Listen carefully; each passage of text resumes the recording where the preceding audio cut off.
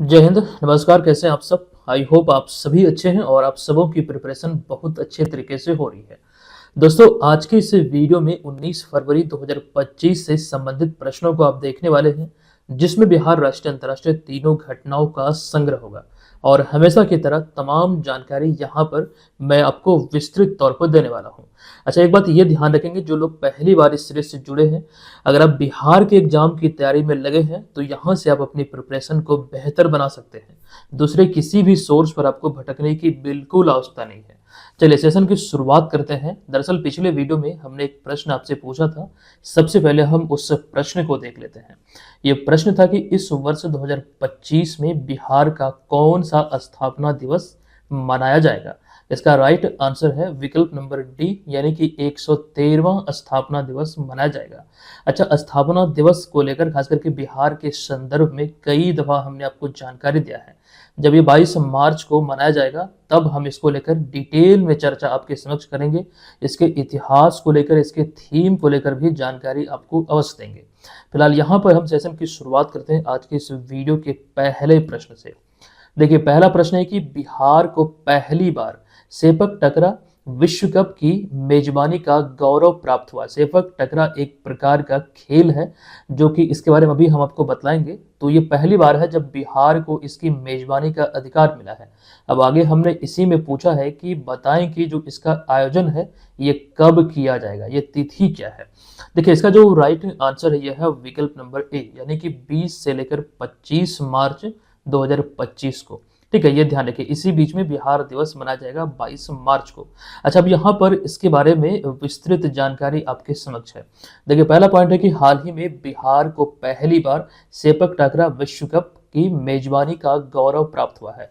और यह राजधानी पटना के पाटलिपुत्र खेल परिसर, जो कंकड़बाग में है, यहाँ पर 20 से लेकर 25 मार्च 2025 तक इस अंतर्राष्ट्रीय प्रतियोगिता का आयोजन किया जाएगा। और कहा जा रहा है कि इस प्रतियोगिता में 24 देश भाग लेने वाले हैं। अच्छा, यहाँ पर आपके मन में ये सवाल उठता होगा कि ये सेपक टकरा जो खेल है आखिर ये होता क्या है। इसको लेकर यहाँ पर एक पॉइंट हमने आपके बीच रखा है। दरअसल ये जो खेल है ये वॉलीबॉल और फुटबॉल का मिश्रण होता है, जिसे किक वॉलीबॉल भी कहा जाता है, जो कि इसमें भी एक गेंद होता है और इसमें भी नेट लगा होता है और दोनों टीमें एक दूसरे के सामने होती है, बीच में नेट होती है। ठीक है, और यहाँ पर आपको ध्यान रखना पैर का प्रयोग किया जाता है।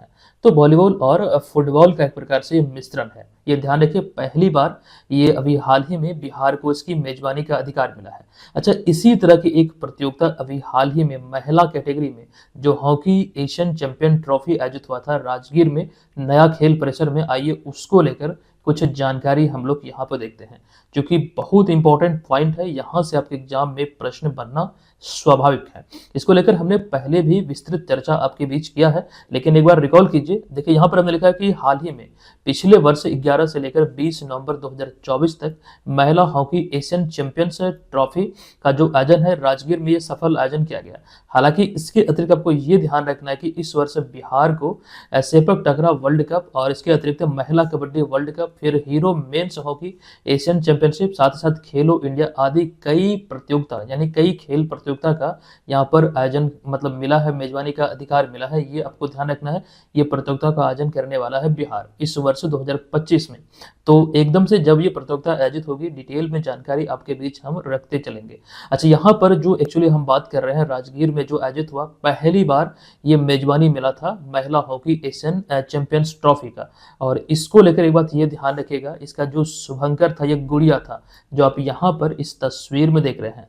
अच्छा, इससे संबंधित एक प्रश्न अराइज होता है कि इस प्रतियोगिता का जो शुभंकर गुड़िया था वो किससे प्रेरित है।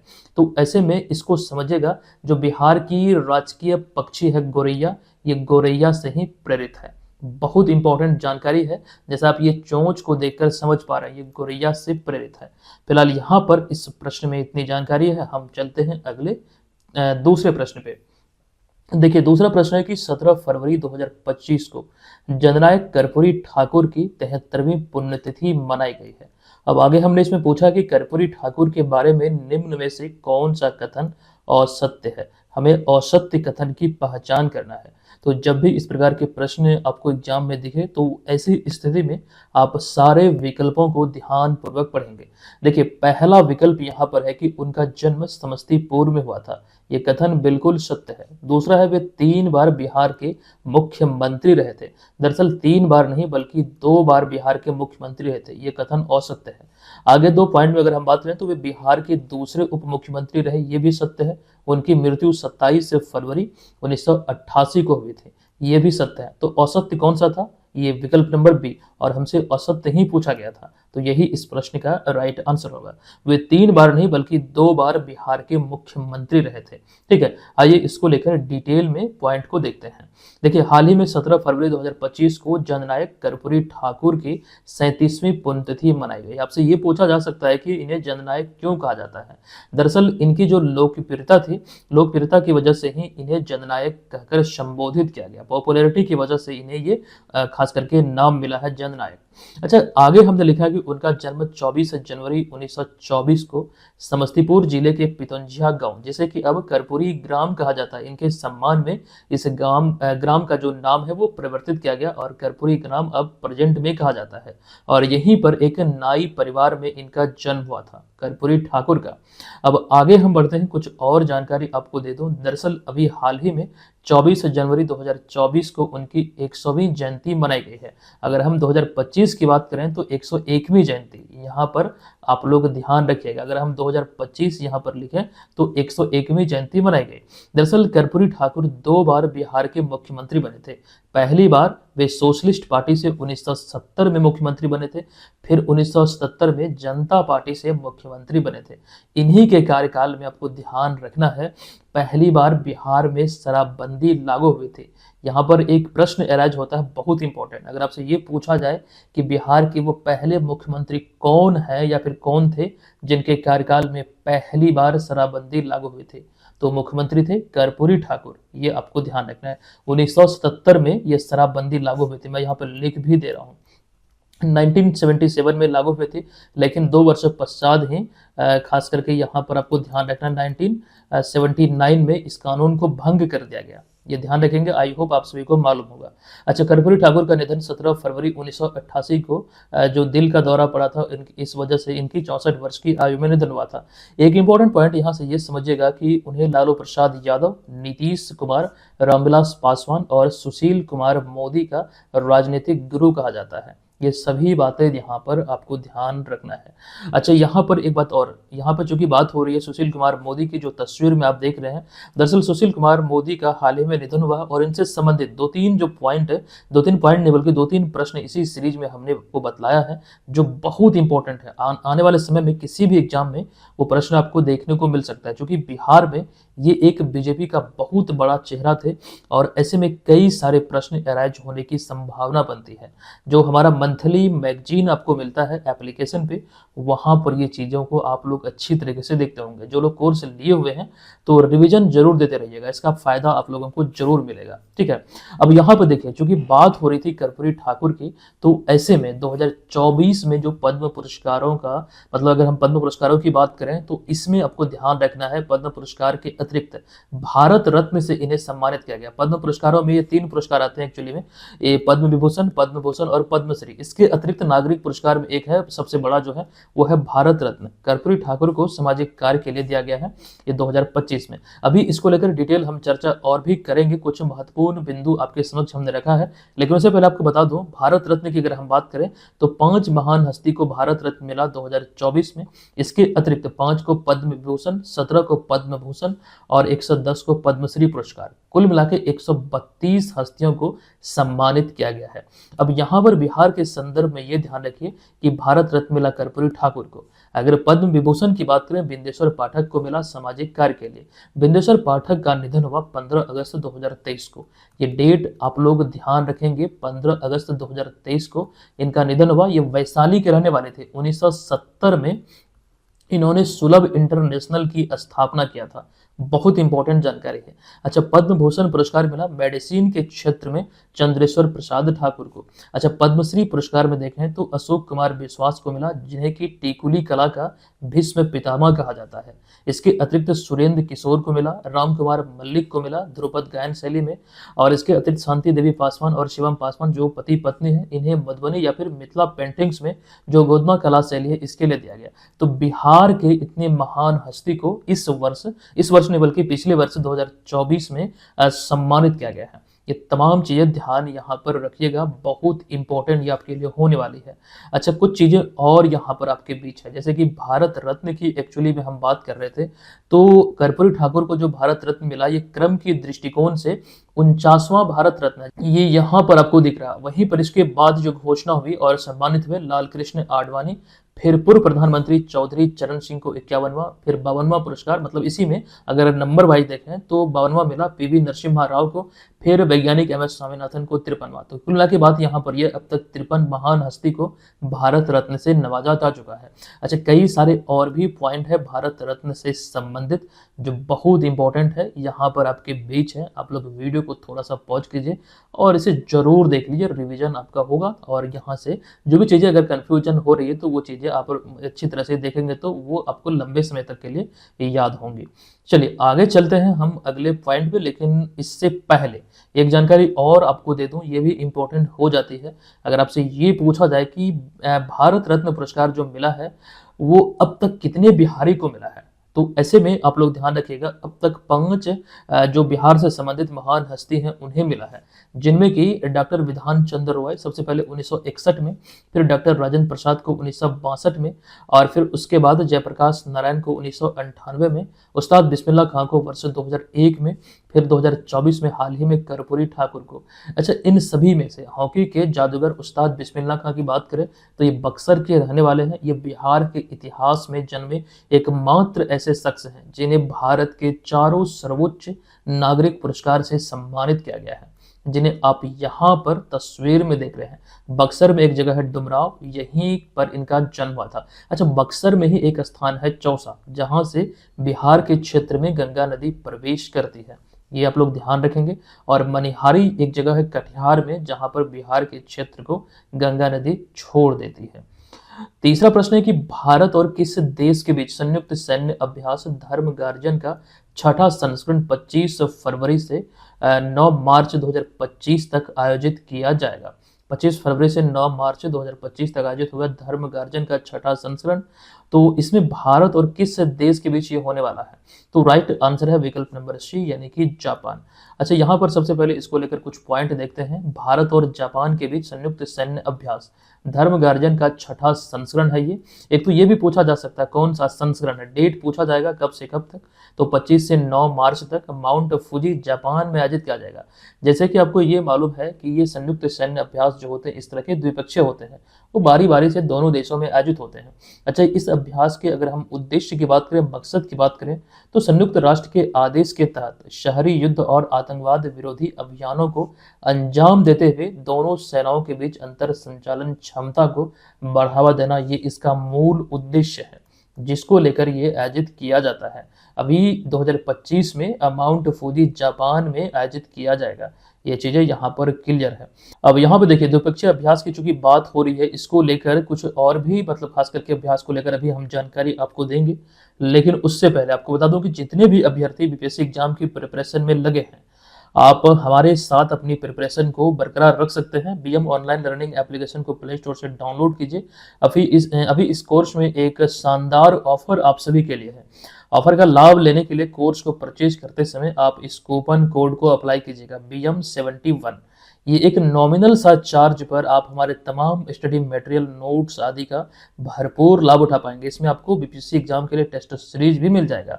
साथ ही साथ करंट अफेयर्स की जो रेगुलर क्लासेस चलती है, हमारे मंथली, डेली और ईयरली ई बुक जो आते हैं वो सभी इसमें आपको मिल जाएगा। साथ ही साथ करेंट अफेयर्स का जो एक्सपेक्टेड प्रश्नों की श्रृंखला चलती है, जो बहुत सारे स्पेशल नोट्स होते हैं, वो इसी के माध्यम से आप प्राप्त कर पाएंगे। यानी कि वन टाइम पेमेंट है, ये एक सुनहरा अवसर है। इस तरह का ऑफर बार बार नहीं आता। जो लोग इच्छुक हैं से जरूर ज्वाइन कर लीजिएगा। अब यहाँ पर जो एक्चुअली द्विपक्षीय अभ्यास की हम बात कर रहे थे, उनमें जो कंप्लीट इंफॉर्मेशन है यहाँ पर आपके समक्ष हमने रखा है। देखिए, ये सभी वैसे द्विपक्षीय अभ्यास हैं जिससे संबंधित आपके एग्जाम में प्रश्न ऑलरेडी पूछे जा चुके हैं और आने वाले समय में भी पूछे जाने की संभावना है। जैसे कि यहाँ पर आप लोग देखिए, मैं एक एक करके पढ़ रहा हूँ और साइड में आप लोग देखते रहिएगा। ये भारत और किस देश के बीच आयोजित होते हैं। यहाँ पर भारत कॉमन है सब में। देखिए, संप्रीति है, मित्र शक्ति, मैत्री व्यायाम, वज्र प्रहार, नवेडिक एलिफेंट, समुद्र लक्ष्मण, गरुड़ शक्ति, शक्ति अभ्यास, धर्म गार्जन, यही वाला भी प्रश्न हमने अभी बतलाया आपको। ये छठा संस्करण माउंट फूजी जापान में आयोजित हुआ है। अच्छा, इसके अतिरिक्त विन वैक्स, सूर्य किरण, फिर उसके बाद है यहाँ पर हैंड इन हैंड, सिम्बैक्स, ऑस्ट हिंद, अभ्यास लमितीय और टाइगर ट्रंप। ये सभी यहाँ पर आपको ध्यान रखना है, यहीं से आपके एग्जाम में प्रश्न बनते हैं। चलिए, चौथा प्रश्न है कि ब्राजील की मेजबानी में ब्रिक्स शिखर सम्मेलन का कौन सा संस्करण जुलाई 2025 में रियो डी जेनेरियो में आयोजित किया जाएगा। इस प्रश्न का राइट आंसर है विकल्प नंबर सी। ये इसका ब्रिक्स शिखर सम्मेलन का 17वां संस्करण होगा जो रियो डी जेनेरियो ब्राजील में आयोजित होगा। अब इनसे संबंधित तथ्यों की बात करें तो ये घोषणा अभी हाल ही में भी इसके अनुसार रियो डी जेनेरियो ब्राजील में, मतलब ब्राजील को इसकी मेजबानी मिली है। इसकी मेजबानी में 17वां ब्रिक्स शिखर सम्मेलन का आयोजन किया जाएगा। ये 6 से लेकर 7 जुलाई 2025 को ये 2 दिवसीय आयोजन होगा।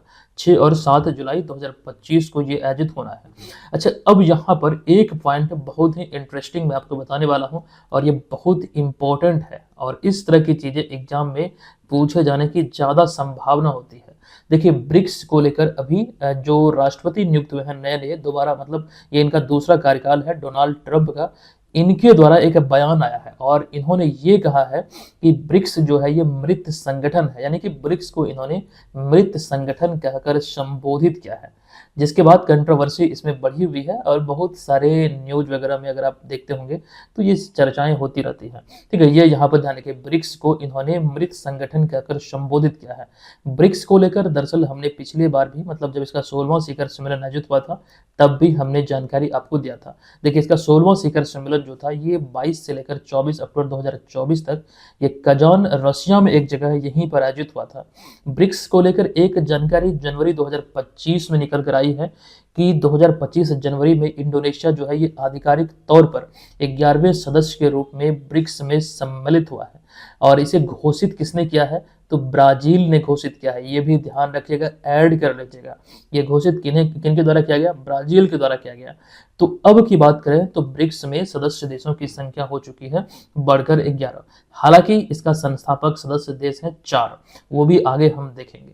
यहाँ पर देखिए वही चीजें लिखा गया कि ब्रिक्स के जो संस्थापक सदस्य हैं इनमें ब्राजील, रशिया, भारत और चाइना है। आपको ये ध्यान रखना है कि पहले इसे ब्रिक नाम दिया गया था, लेकिन 2010 में इसमें साउथ अफ्रीका शामिल हो गया, जिसके बाद इसका नाम ब्रिक्स से हो गया ब्रिक्स। ये ध्यान रखिए। और अभी हाल ही में ईरान, संयुक्त अरब अमीरात यानी कि यूएई, मिस्र, इथोपिया और सऊदी अरब पिछले साल इसके सदस्य के रूप में इसमें शामिल हुए हैं। ठीक है, तो कुल मिला के इसमें अब इंडोनेशिया भी जोड़ लीजिए, चूंकि इंडोनेशिया जनवरी 2025 में इसमें शामिल हुआ। तो ब्रिक्स में अब सदस्य देशों की संख्या हो चुकी है बढ़ के 11। अच्छा, भारत अगर हम बात करें, भारत के दृष्टिकोण से बात करें, कितनी बार शिखर सम्मेलन की मेजबानी किया है, तो 3 बार। पहली बार 2012 में, फिर 2016 में और पिछली और अंतिम बार ब्रिक्स शिखर सम्मेलन की अध्यक्षता या फिर मेजबानी भारत ने 2021 में किया है। तो ये सारी बातें ध्यान रखिए। हालांकि डिटेल में जानकारी यहाँ पर भी आपके समक्ष हमने रखा है, जो खास करके ब्रिक्स शिखर सम्मेलन भारत के संदर्भ में बात करें तो चौथा, 8वां और 13वें का मेजबानी भारत ने क्रमशः दिल्ली, गोवा और दिल्ली में किया है। ये चीज ध्यान रखिए। अच्छा, इसमें एक ये वाला पॉइंट भी इंपॉर्टेंट हमें नजर आता है। ये सब तो अभी हमने आपको बतला दिया है। इसमें एक ये पॉइंट हमें नजर आता है कि अर्जेंटीना जो है ये ब्रिक्स में शामिल होने के निमंत्रण को हाल ही में अस्वीकार कर दिया। ये ध्यान यहाँ पर रखना है। ठीक है, चलिए आगे चलते हैं हम यहाँ पर अगले प्रश्न पे। 5वां प्रश्न है कि किस राज्य सरकार ने हाल ही में नील गाय को मारने की अनुमति दी थी, हालांकि अब फैसले को वापस ले लिया है। देखिए, नील गाय को मारने की अनुमति अभी हाल ही में हरियाणा सरकार के द्वारा दिया गया था।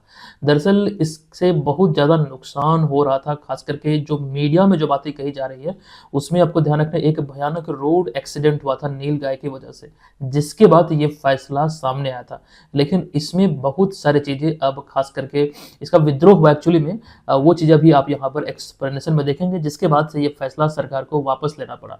देखिए, यहाँ पर हमने जो पॉइंट आपके समक्ष रखा है देखिएगा, तो हरियाणा सरकार ने हाल ही में नए वन्यजीव संरक्षण नियम लागू किए, जो कि इसके माध्यम से नील गाय को मारने की अनुमति दिया गया था, या फिर ये जो नियम है, जो संरक्षण अधिनियम है, ये नील गाय को मारने की अनुमति देता है। लेकिन आपको ये ध्यान रखना है कि इस नए नियम के विरोध में अखिल भारतीय जीव रक्षा विश्नोई सभा ने अपना विरोध जताया और प्रदर्शन भी किया। अतः इस कड़े विरोध और प्रदर्शन के बाद हरियाणा सरकार ने अपने इस निर्णय पर रोक लगा दी, या फिर यूं कहें इस फैसले को वापस ले लिया। नील गाय को आप यहाँ पर तस्वीर में देख रहे हैं, क्योंकि मामला यही था जो खास करके अभी हमने आपको बताया एक्सीडेंट हुआ था, इसी को मुद्दा बनाते हुए ये अनुमति दिया गया था, लेकिन अब इसे वापस ले लिया गया है। चलिए आगे चलते हैं छठे प्रश्न पे। प्रश्न है कि निम्नलिखित में से कहाँ हाल ही में एशिया के पहले आदमकद एनीमेट्रोनिक हाथी एली का अनावरण किया गया है। ये एनीमेट्रोनिक हाथी मतलब एक निर्जीव हाथी है, सजीव नहीं है। मतलब यहाँ पर एक प्रकार से इंटरटेनमेंट पर्पज से ये तैयार किया गया है, तो इसी का अनावरण किया गया। इसका नाम है एली। तो अब ये पूछा गया है कहाँ पर, तो राइट आंसर है विकल्प नंबर बी, कर्नाटक के बेंगलुरु में।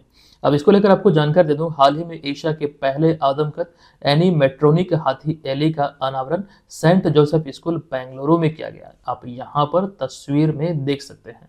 अब आपको बता दूं कि peoples for the ethical treatment of animals यानी कि पेटा इंडिया द्वारा विकसित इस उल्लेखनीय रचना का उद्देश्य हाथियों के प्रति करुणा और समझ को बढ़ावा देना, इंसानों के बीच हाथियों के प्रति करुणा और समझ को बढ़ावा देना है। और इस एनीमेट्रोनिक हाथी का उपयोग शैक्षिक उद्देश्यों के लिए किया जाएगा। साथ ही साथ यहाँ पर एक चीज भी जोड़ सकते हैं, शैक्षिक साथ साथ इंटरटेनमेंट पर्पज से भी इसका इस्तेमाल किया जा सकता है। जगह जगह पर बच्चों के मतलब कि इंटरटेनमेंट के लिए इसका इस्तेमाल किया जा सकता है।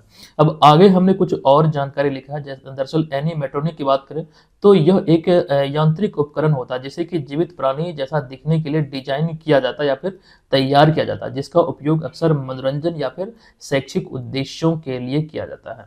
तो ये चीजें यहाँ पर आप लोग ध्यान रखिए। एकदम हूबहू लगेगा कि ये सजीव है, लेकिन सजीव होता नहीं है, निर्जीव होता है। चलिए सातवां प्रश्न है कि हाल ही में आई एक रिपोर्ट के अनुसार वर्ष 2030 तक भारत की प्राकृतिक गैस की मांग यानी कि नेचुरल गैस की जो मांग है वो कितनी प्रतिशत बढ़ जाएगी। ये अभी हाल ही में बहुत ज्यादा खबरों में है। ये बढ़ जाएगी 60%। अतः विकल्प नंबर डी यहाँ पर इस प्रश्न का राइट आंसर हो जाएगा। देखिए, अंतर्राष्ट्रीय ऊर्जा एजेंसी द्वारा 12 फरवरी 2025 को जारी भारत गैस बाजार रिपोर्ट आउटलुक टू 2030 के अनुसार भारत की प्राकृतिक गैस की मांग 2030 तक लगभग 60% बढ़कर सालाना 103 बिलियन क्यूबिक मीटर तक पहुंचने का अनुमान है। तो तकरीबन 60% का इसमें इजाफा देखने को मिल सकता है या फिर मिलेगा। ये रिपोर्ट में इसका जिक्र किया गया है। कुछ बातें और भी है, जैसे कि यहाँ पर अगर हम बात करें इस रिपोर्ट की, तो इसके अतिरिक्त भारत का जो घरेलू गैस उत्पादन है जो 2023 तक देश की मांग का 50% पूरा करता है, ये 2030 तक धीरे धीरे बढ़कर 38 BCM यानी कि बिलियन क्यूबिक मीटर से कम होने का अनुमान है, जो 2023 के स्तर से लगभग 8% अधिक है। इस रिपोर्ट में इसका जिक्र किया गया। अगर आप इसे नहीं समझ पाए हैं, दोबारा से इसे एक बार पुनः पढ़िए ताकि ये सारी डेटा आपको ध्यान में रखें। अब यहाँ पर आगे अगला पॉइंट है कि भारत ने अपने ऊर्जा बास्केट में अपेक्षाकृत स्वच्छ प्राकृतिक गैस की जो हिस्सेदारी को वर्तमान में जो बढ़ा कर किया गया है, ये 6% बढ़ाकर 2030 तक 15% करने का लक्ष्य रखा है। और आपको बता दूं कि भारत सरकार का या फिर राज्य सरकार का जो भी लक्ष्य होता है, कोई भी लक्ष्य हो, वो बहुत इंपॉर्टेंट होता है एग्जाम पर्पज से। तो इस चीज को ध्यान रखिएगा। अपेक्षाकृत स्वच्छ प्राकृतिक गैस की जो हिस्सेदारी, इसको वर्तमान 6% से बढ़ाकर 2030 तक ये 15% करने का लक्ष्य रखा गया। बात यहाँ पर हम कर रहे हैं पूरे क्वेश्चन में नेचुरल गैस की, ये ध्यान रखिएगा। अब यहाँ पर कुछ पॉइंट आपको मैं नेचुरल गैस यानी कि प्राकृतिक गैस से संबंधित बतला दूं। देखिए, प्राकृतिक गैस यानी कि नेचुरल गैस की बात करें, जैसे कि जीवाश्म गैस भी कहा जाता है, यह एक रंगहीन और गंधहीन गैसीय का मिश्रण होता है। ठीक है, ये रंगहीन और गंधहीन गैसीय मिश्रण है और जो कि भूमिगत चट्टान संरचनाओं में पाया जाता है। भूमिगत यानी कि जमीन के अंदर चट्टान संरचनाओं में ये मूलतः पाया जाता है। और प्राकृतिक गैस जो होते हैं ये मुख्य रूप से मीथेन और अन्य हाइड्रोकार्बन गैसों जैसे कि इथेन, प्रोपेन, ब्यूटेन, पेंटेन और अन्य गैर हाइड्रोकार्बन अशुद्धियों जैसे कि कार्बन डाइऑक्साइड, नाइट्रोजन और हाइड्रोजन सल्फाइड की अल्प मात्रा से बनी होती है या फिर इन सभी का ये मिश्रण होता है, लेकिन मूल रूप से इसमें मीथेन जरूर होता है। तो ये तमाम चीजें प्राकृतिक गैस से संबंधित आपको ध्यान रखना है। ठीक, आई होप ये क्लियर है और जो डेटा यहाँ पर हमने आपको आपके समक्ष रखा है इसको भूलिएगा मत। चलिए अगला फास्टैग से संबंधित एक प्रश्न है कि फास्टैग से जुड़ी नई नियम 17 फरवरी से लागू हुआ है। बताएं कि इलेक्ट्रॉनिक्स टोल कनेक्शन सिस्टम यानी कि फास्टैग जो स्कीम है ये भारत में सबसे पहले किस वर्ष शुरू हुई थी। ये भारत में सबसे पहले 2014 में शुरू हुई थी। अतः विकल्प नंबर डी यहाँ पर इस प्रश्न का राइट आंसर होगा। देखिए फास्टैग का नया नियम 17 फरवरी से लागू हुआ है और इसके तहत जिन भी यूजर्स के फास्टैग में लो बैलेंस यानी कि कम बैलेंस होगा या फिर भुगतान में देरी होगी या फिर फास्टैग ब्लैक लिस्ट होगा उन पर अतिरिक्त जुर्माना लगाया जाएगा, यानी कि उन पर टैक्स लगाया जाएगा, उन पर जुर्माना लगाया जाएगा। ये यहाँ पर नियम है, नया नियम 17 फरवरी से लागू हुआ है। अगर आप फोर व्हीलर चलाते हैं, फास्टैग यूजर हैं, तो इन सारी बातों को जरूर ध्यान रखिएगा। फास्टैग में लो बैलेंस नहीं रखना है और भुगतान में देरी अगर हो तो उसका कंप्लेन कीजिए। फास्टैग अगर आपका ब्लैक लिस्टेड है तो उसको अनब्लॉक करने का प्रयास कीजिए, अनब्लॉक कीजिए ताकि आप जुर्माने से बच सकें। ये ध्यान रखिए, नया नियम ये मतलब जो है ये सारी मतलब चीज़ों को लेकर इम्प्लीमेंट किया गया है। अब यहाँ पर देखिए, यहाँ पर हमने फास्टैग को लेकर कुछ जानकारी एकदम आसान में लिखा है। फास्टैग दरअसल होता क्या है, देखिए ये एक प्रकार का ऐसा डिवाइस होता है जिसमें कि रेडियो फ्रीक्वेंसी आइडेंटिफिकेशन टेक्नोलॉजी का इस्तेमाल किया जाता है। दरअसल ये national highway authority of India यानी कि NHAI की पहल है जो कि टोल प्लाजा पर एक्चुअली में टोल टैक्स भुगतान प्रणाली को आसान और यात्रा को सुगम बनाती है। दरअसल फास्टैग जो होता है स्टिकर टाइप का होता है, वो आपके कार के या फिर जो व्हीकल होता है आपका उसके विंडशील्ड पर लगाया जाता है, ये यहाँ पर ध्यान रखिएगा। और इसके माध्यम से जो टैक्स भुगतान होता है या फिर जो फास्टैग के माध्यम से जो टोल टैक्स दिया जाता है वो आसान हो जाती है और यात्रा एकदम सुगम हो जाती है। वहाँ पर आपको ज़्यादा मतलब टाइम नहीं लगता, इससे मतलब खास करके लंबी लाइन से भी बचा जाता है। तो ये एक अच्छा पहल है भारत सरकार का। अच्छा, यहाँ पर एक चीज़ ये ध्यान रखिएगा, इलेक्ट्रॉनिक टोल कनेक्शन सिस्टम या फिर फास्टैग स्कीम भारत में सबसे पहले साल 2014 में शुरू की गई थी, जिसे धीरे धीरे पूरे देश के टोल प्लाजाओं पर लागू किया गया। और कुछ समय पहले one vehicle one FASTag scheme को भी लॉन्च किया गया था। वो सारी बातें हमने इस सीरीज में आपको बताया था। चलिए अब हम चलते हैं 9वें नंबर प्रश्न पे। प्रश्न है कि पश्चिम बंगाल की ममता बनर्जी सरकार ने नदी कटाव को रोकने के लिए हाल ही में डैश योजना की शुरुआत की घोषणा की है। ये बजट में इसको लेकर बात निकल कर आया था। दरअसल पश्चिम बंगाल का बजट अभी हाल ही में आया है। इसमें आपको ध्यान रखना नदी कटाव को रोकने के लिए ये नोदी बंधन एक योजना की शुरुआत की घोषणा की गई। नोदी बंधन यानी कि विकल्प नंबर ए इस प्रश्न का राइट आंसर होगा। पश्चिम बंगाल की ममता बनर्जी सरकार ने वित्तीय वर्ष 2025-26 के लिए अपने बजट में बंगाल के नदी तट क्षेत्रों के विकास और गंगा किनारे कटाव को रोकने के लिए विशेष जोर दिया है। दरअसल आपको ये ध्यान रखना है, इसके लिए नई योजना नोदी बंधन की घोषणा किया गया है पश्चिम बंगाल के द्वारा। आपको ध्यान ये भी रखना, जो बजट की एक्चुअली हम बात कर रहे हैं तो पश्चिम बंगाल के जो वित्त मंत्री हैं वर्तमान में चंद्रिमा भट्टाचार्य, इन्होंने वित्तीय वर्ष 2025-26 के लिए 3.89 लाख करोड़ रुपए का बजट पेश किया है।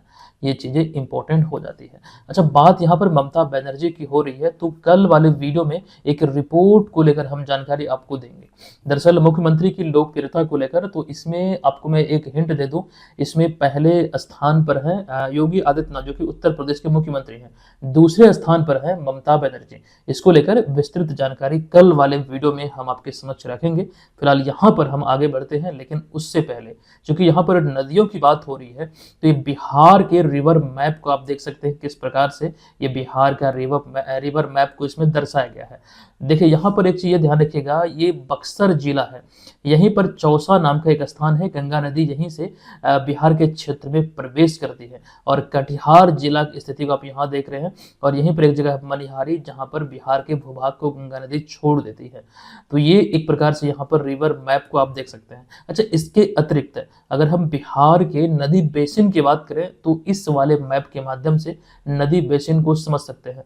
अच्छा, आपको हमने एक जानकारी आपको दिया था कोसी मेची परियोजना के बारे में, जो कि कोसी नदी का जो अतिरिक्त जल जो है ये मेची नदी में प्रभावित करने की एक योजना है। आप यहाँ पर वो बेसिन को, जो खास करके नदी बेसिन है बिहार का, उसको अच्छी तरीके से समझ सकते हैं, देख सकते हैं। हम यहाँ पर ज़्यादा डिस्कस नहीं करेंगे, बस हम यहाँ पर आगे बढ़ते चलते हैं अगले प्रश्न पे। 10वां प्रश्न है कि निम्नलिखित में से किस राज्य को वर्ष 2027 में आयोजित होने वाले 39वें राष्ट्रीय खेलों की मेजबानी का अधिकार मिला है? ये अधिकार मेघालय को मिला, अतः विकल्प नंबर डी यहाँ पर इस प्रश्न का राइट आंसर होगा। 2027 में 39वां राष्ट्रीय खेल यानी नेशनल गेम्स का आयोजन का जो या फिर जो मेजबानी का अधिकार है ये मेघालय को मिला है। अच्छा, ये तो आगे हम देखेंगे जब ये आयोजन होगा, लेकिन अभी जानकारी हम दें 38वें राष्ट्रीय खेलों की, तो 28 जनवरी से 14 फरवरी तक उत्तराखंड की मेजबानी में पहली बार राष्ट्रीय खेलों का आयोजन किया गया, जो इसका 38वां संस्करण था। शुभंकर था इसका मौली, ठीक है, जो आप यहाँ पर तस्वीर में देख रहे हैं ये इसका शुभंकर था। और इस टूर्नामेंट में यानी 38वें संस्करण में जो सर्वश्रेष्ठ की टीम है ये 121 पदकों के साथ शीर्ष स्थान पर रहा, और जो टीम राष्ट्रीय खेलों में शीर्ष स्थान पर रहती है पदकों के मामले में, उसे राजा भालेंद्र सिंह ट्रॉफी से सम्मानित किया जाता है। तो इसमें रहा सर्वश्रेष्ठ की टीम पहले स्थान पर, उसके बाद महाराष्ट्र, फिर उसके बाद रहा हरियाणा। अब यहाँ पर एक ये ध्यान रखें, सर्वश्रेष्ठ की टीम अब तक 5 बार 2007, 11, 15, 22 और इस वर्ष 2025 कुल मिलाकर ये 5 बार ये ट्रॉफी अपने नाम किया है, ये ध्यान रखें। अच्छा, इस बार 38वें राष्ट्रीय खेलों में बिहार शानदार प्रदर्शन करते हुए 12 पदक जीता है, जिसमें 1 स्वर्ण, 6 रजत और 5 कांस्य पदक शामिल है। ये तमाम इंफॉर्मेशन यहाँ पर आप देख पाएंगे 38वें राष्ट्रीय खेलों से संबंधित जो इंपॉर्टेंट जानकारी है वो आपके समक्ष हमने रखा है। आप लोग इसे जरूर देख लीजिए, और ये बिहार के संदर्भ में विजेताओं का नाम यहाँ पर हमने रखा है, ठीक है, ये सभी आपके लिए इंपॉर्टेंट हो जाता है। अच्छा, इसके शुभंकर को लेकर अभी हम आपको जानकारी दे रहे थे, शुभंकर क्या है, तो मौली। एक चीज ये ध्यान रखना, ये यहाँ की जो उत्तराखंड की राजकीय पक्षी मोनाल है इसी से प्रेरित है। अच्छा, इसके अतिरिक्त इससे पहले हमने 37वें राष्ट्रीय खेलों के लिए को लेकर भी जानकारी दिया था, जिसमें बिहार ने केवल 8 पदक अपने नाम किया था और पदक तालिका में 30वें स्थान पर रहा था। अच्छा, एक चीज और यहाँ पर आपको शायद हमने नहीं लिखा है, हाँ यहाँ पर हमने लिखा है 29वें स्थान पर, ये चीज ध्यान रखिएगा। पदक तालिका में 38वें राष्ट्रीय खेलों में बिहार 29वें स्थान पर रहा, लेकिन इसका पिछला जो संस्करण था उसमें 30वें स्थान पर था, और ये शुभंकर था मोगा, ये आप लोग ऐड कर लीजिएगा। 37वें राष्ट्रीय खेल जो गोवा में आयोजित हुआ इसका शुभंकर था मोगा। अगला प्रश्न है कि निम्नलिखित में से किन्हें हाल ही में नया अंतरिक्ष सचिव नियुक्त किया गया है? तो राइट आंसर है विकल्प number A, doctor V Narayanan, जिन्हें अभी हाल ही में नया अंतरिक्ष सचिव नियुक्त किया गया है। आप इन्हें यहाँ पर देख रहे हैं। 13 जनवरी 2025 को डॉक्टर वी नारायणन ने अंतरिक्ष विभाग के सचिव और अंतरिक्ष आयोग के अध्यक्ष के रूप में पदभार ग्रहण किया है। दरअसल वे अब तक लिक्विड प्रोपल्शन सिस्टम सेंटर के निदेशक के पद पर कार्यरत थे, यहाँ पर वो सेवा दे रहे थे। अच्छा, इसके अतिरिक्त जो अभी हाल ही में इस पद पर नियुक्त हुए हैं, इसके अतिरिक्त डॉक्टर वी नारायणन को इसरो के भी अध्यक्ष के रूप में नियुक्त किया गया है, और उन्होंने नए अध्यक्ष के रूप में एस सोमनाथ का स्थान लिया, या फिर इनसे मतलब इस पद पर पदभार ग्रहण इन्होंने किया है। ये सारी बातें ध्यान रखिए। क्योंकि यहाँ पर इसरो की बात हो रही है, तो इसरो को लेकर, चंद्रयान 3 को लेकर ये जानकारी जो आपके समक्ष हमने रखा है, आप लोग के पास अगर टाइम है तो वीडियो को थोड़ा सा पॉज कीजिए, इसे जरूर पढ़ लीजिए कि 23 अगस्त 2023 को ये चंद्रमा के सतह पर सॉफ्ट लैंडिंग किया था, और अमेरिका, रशिया और चाइना के बाद चंद्रमा पर सफल लैंडिंग करने वाला चौथा देश अपना भारत बना था। यहाँ पर ये मिस हुआ है, आप लोग सुधार कर लीजिएगा, ये 5वां नहीं बल्कि यहाँ पर 4th नेशन होगा अपना भारत। और हालांकि अगर हम दक्षिणी ध्रुव की बात करें तो यहाँ पर उतरने वाला एकमात्र और पहला देश है अपना भारत। अच्छा, एक बात और, इसरो प्रमुख एस सोमनाथ, मतलब इससे पहले जो थे, उन्होंने निवालो कुदिचा सिम्हांगल शीर्षक से अपनी आत्मकथा लिखी है मलयालम में, जो बहुत इंपॉर्टेंट है, इसको ध्यान रखना है। 12वां प्रश्न है कि हालिया आई एक रिपोर्ट के अनुसार 2024 की सर्वाधिक कमाई करने वाले एथलीटों की सूची में निम्नलिखित में से कौन शीर्ष पर है? इस मामले में अगर हम देखें तो क्रिस्टियानो रोनाल्डो प्रथम स्थान पर है, अतः विकल्प नंबर बी इस प्रश्न का राइट आंसर हो जाएगा। अब यहाँ पर आज के सेशन को हम समाप्त करते हैं। चलते हैं आज के इस वीडियो के प्रश्न की ओर। लेकिन उससे पहले जो ऑफर को लेकर हमने जानकारी दिया था, अगर आप बीपीएससी सहित बिहार के किसी भी एग्जाम की प्रिपरेशन में लगे हैं तो आप इस वाले कोर्स को इस कूपन कोड के साथ जरूर परचेज कीजिएगा। एक नाम मात्र की फी पर यह साल भर तक के लिए आपके लिए उपलब्ध रहेगा। अब यहाँ पर आज के इस वीडियो का प्रश्न है कि हालिया जारी केंद्रीय बजट 2025-26 में बिहार के लिए ग्रीनफील्ड एक्सप्रेसवे बनाने का ऐलान किया गया है। बताएं कि यह बिहार के कितने जिलों से होकर गुजरेगी। कंप्लीट जानकारी आपको दिया गया है, कमेंट बॉक्स में जाइए, हमें बताइए इसका राइट आंसर क्या होगा। हम मिलते हैं आपसे नेक्स्ट वीडियो में, तब तक के लिए धन्यवाद। जय हिंद।